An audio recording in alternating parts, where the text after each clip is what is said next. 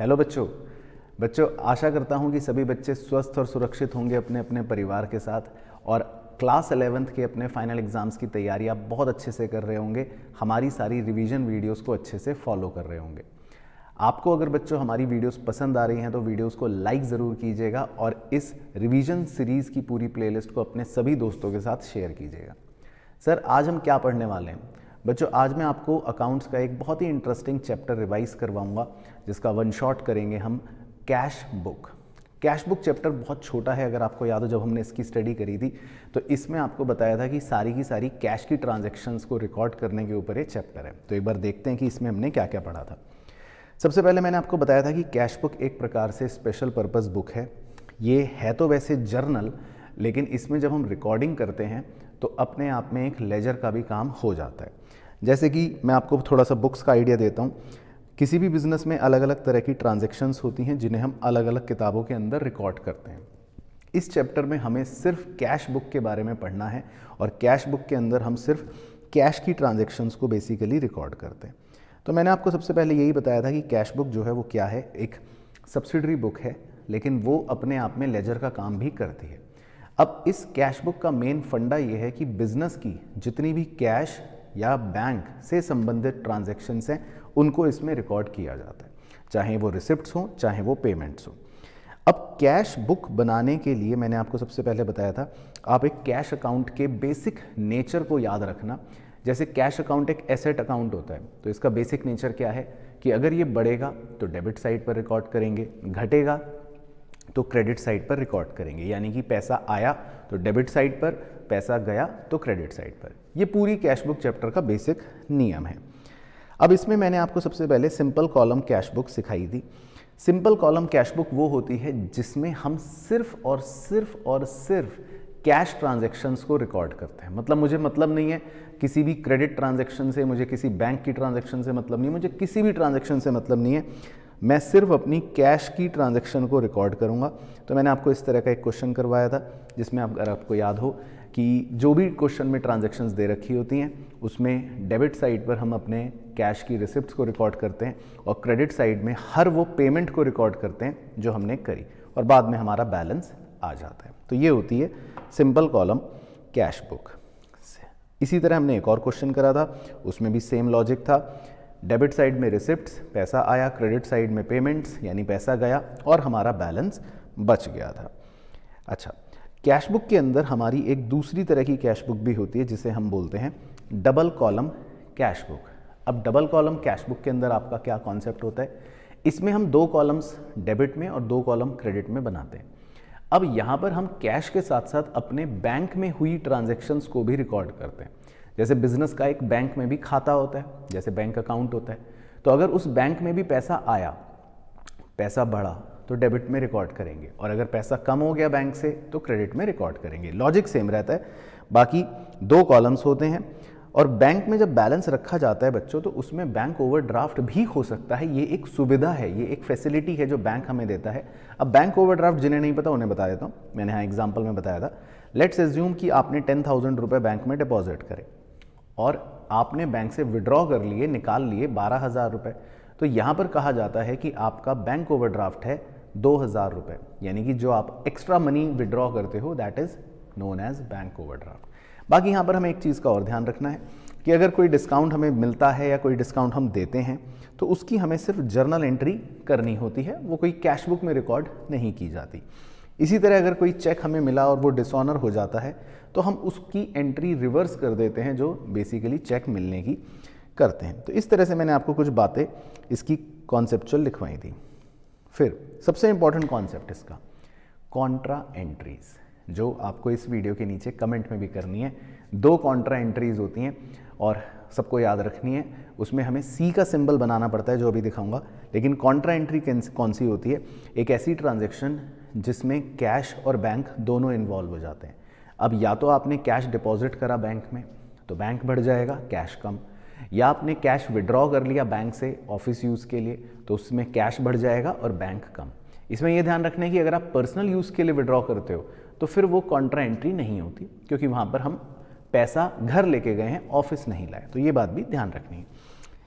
बाकी मैंने इसका क्वेश्चन आपको करवाया था। 2 कॉलम कैश बुक का, उसका स्ट्रक्चर अगर आपको याद हो, आप सेम क्वेश्चन रिवीजन में अपने आप भी कर सकते हैं बिना देखे। तो इस तरह का उसका स्ट्रक्चर होता है। डेबिट साइड में कैश और बैंक के 2 कॉलम्स होते हैं, क्रेडिट में भी कैश और बैंक के 2 कॉलम्स होते हैं। कॉन्सेप्ट वही होता है, पैसा आएगा तो डेबिट में, पैसा जाएगा तो क्रेडिट में। कैश आया तो कैश के कॉलम में, बैंक आया तो बैंक के कॉलम में, कैश कम हो गया तो कैश के कॉलम में क्रेडिट, बैंक कम हो गया तो बैंक के कॉलम में क्रेडिट। अब कुछ जहाँ जहाँ आप सी का सिंबल देख रहे होंगे एलएफ के कॉलम में, वो है कॉन्ट्रा एंट्रीज, यानी कि अगर आप उनको ध्यान से ऑब्जर्व करेंगे तो एक जगह कैश या तो बढ़ रहा होगा तो दूसरी जगह बैंक कम हो रहा होगा, या वाइस वर्सा, एक जगह अगर कैश कम हो रहा होगा तो बैंक बढ़ रहा होगा। तो ये होती हैं हमारी कॉन्ट्रा एंट्रीज। बाकी फिर हम टोटल करते हैं और हमारा बैलेंस बच जाता है। इसके अलावा कुछ ऐसी ट्रांजैक्शंस होती हैं जो हमें कैश बुक में रिकॉर्ड नहीं करनी पड़ती, उनके लिए हमें जर्नल एंट्री करनी पड़ती है। ये भी मैंने आपको इसी क्वेश्चन में सिखाया था। जैसे हमें डिस्काउंट रिसीव हुआ तो जर्नल एंट्री करेंगे, हमें एक चेक मिला तो देखो हमें 18 तारीख को चेक रिसीव हुआ, ये ध्यान से सुनना सब बच्चे।